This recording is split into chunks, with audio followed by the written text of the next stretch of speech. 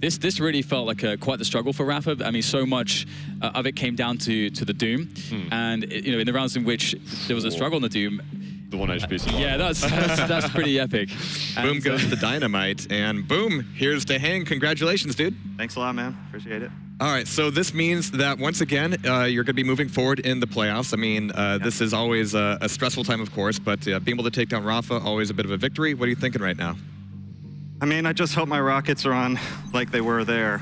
They basically saved me, I feel like, particularly Corrupted Keep, and then a few moments on Blood Run. It's going to come down to rocket play big time. So if I hit the shots the way I did versus Rafa, I should be good. It really seemed like there were moments where like the usual thing would be to kind of sandbag the game and like slow it down as much as possible. Obviously, we're getting a lot of pressure from Rafa there. We saw more play in the upper armor room of Blood Run than I think we usually see in any of those matches. So what was going on there with sort of the interplay? Well, Clutch, obviously, his stack gets up to 150 armor, so I feel like red armor is more valuable for Clutch than Mega. Like, it seems like it's slight, but the fact that you can just pick up health bubbles everywhere, it makes that red armor much more important, or heavy.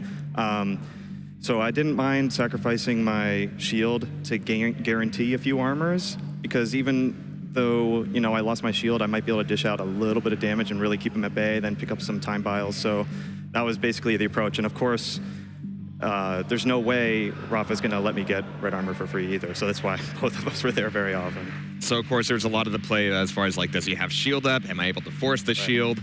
Is it coming back in? And we thought for a moment we were actually going to see Clutch v Clutch on Corrupted Keep, but he went with the Sorlag in the end. How did that kind of affect things? I think Clutch v Clutch would have been a lot more interesting. There's some awkward shield versus shield fights. Anything can happen in those situations, and Sorlag isn't as strong as she used to be, so it's still a solid pick, but Rafa's Clutch is also very, very strong, so maybe if he had a do-over, he probably would have went with Clutch. It really seemed like he was deliberating on that for a little bit, but it worked out for you there. Yeah, definitely. Yeah, I felt kind of stupid actually, because on the desk I was actually expecting the Clutch versus Clutch, and that would actually change the matchup so entirely. And you said, Rafa's Clutch is very strong. Yeah. Do you think he conceded it because he feels like you have the better Clutch and that you would edge him out in these like kind of long, sort of drawn out, slow games? It's hard to say. I think that may have played a role. I also think he might not have wanted to deal with like the free LG you get on Clutch 2 and the shield management, particularly because his previous match, even though he won, he used the Clutch shield a little prematurely, and maybe that made him lose a little bit of confidence in it or something. But I mean, we know Rafa's good at like every single champion, and he picked one that's like still in the meta, so he could have easily made it work. What I found really interesting is that you did something that is usually a mistake for many players when they double tap the Clutch ability. You're actually using the mining laser to awesome effect. And I really think you've actually innovated quite a lot with Clutch. I mean, do you spend a lot of time on your own deciding on how to strategize with this, or does this just come with natural practice? It comes a lot from sacrifice, actually. It carries over pretty well for duel, because as Clutch, you kind of need to play a little, like a slightly paranoid approach, because you're going to get destroyed constantly without your shield, so it's just a constant positioning, constant shield. And then, I found uses in Sacrifice to use the mining laser, and, and it carries over to duel in those rare, but, the situations do occur sometimes, like when they're running away, I can do a quick 50 damage when they're not even looking at me, so. Now, looking forward into this grand final now, it's going to come down to either Tox or Cypher. It's been a little while since we've had the opportunity to see this kind of matchup. Yeah. No pressure, by the way. But, we have seen kind of these matchups before in the past in Quake Live, at QuakeCon. What are you thinking with the possibility of facing either of these guys?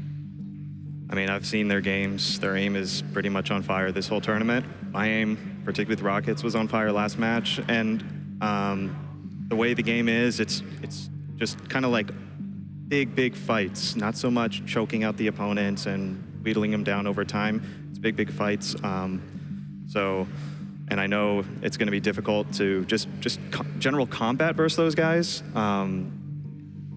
So I really don't even know what to say. I mean, it's going to be really difficult, but I'm going to give it my best. Well, the time for words is almost over. It's almost time to do. So we are going to go into that semifinal. Let's take one more look at the bracket as we are coming to the thrilling conclusion of the Quake Champions Invitational. It's going to be either Tox or Cypher coming up here, and good luck to Dahang, and congrats on making it this far, but it's going to come down to the final match very, very soon for a grand total of $350,000 between SAC and Duel. And I just must say, guys, this has been just a great competition. We've seen every match go to the most, thrilling end that it could possibly go. Absolutely. And one thing I want to quickly mention is the fact that I love the dynamic that we get stylistically between players, where previous matches, Rafa's controlling a lot of the pace, and it's like he could, he's able to plan the match a bit. And it's so funny to see the role reversal there, having to deal with the playstyle of Dahang.